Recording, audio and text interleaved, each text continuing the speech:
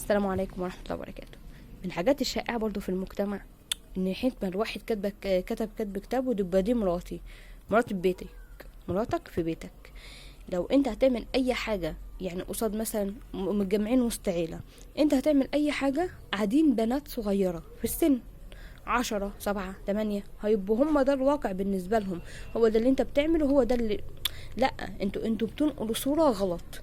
باباها قاعد انت جوزها، بس لا، في حاجات تبقى تحترم، الاب يحترم، الاخ يحترم، دي اخته، دي بنته هيغير عليها.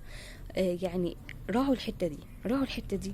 مراتك وحبيبتك وكل حاجة ودنيتك، ويعني وحشاك وحبيبتك وكل حاجة، بس ده بيتك، ده بيتك، مش قصاد حد، مش قصاد حد.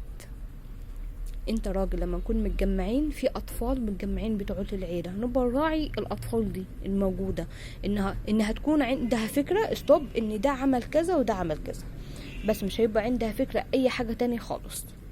تمام. يلا اترككم في رعايه الله وامنه، والسلام عليكم ورحمه الله وبركاته.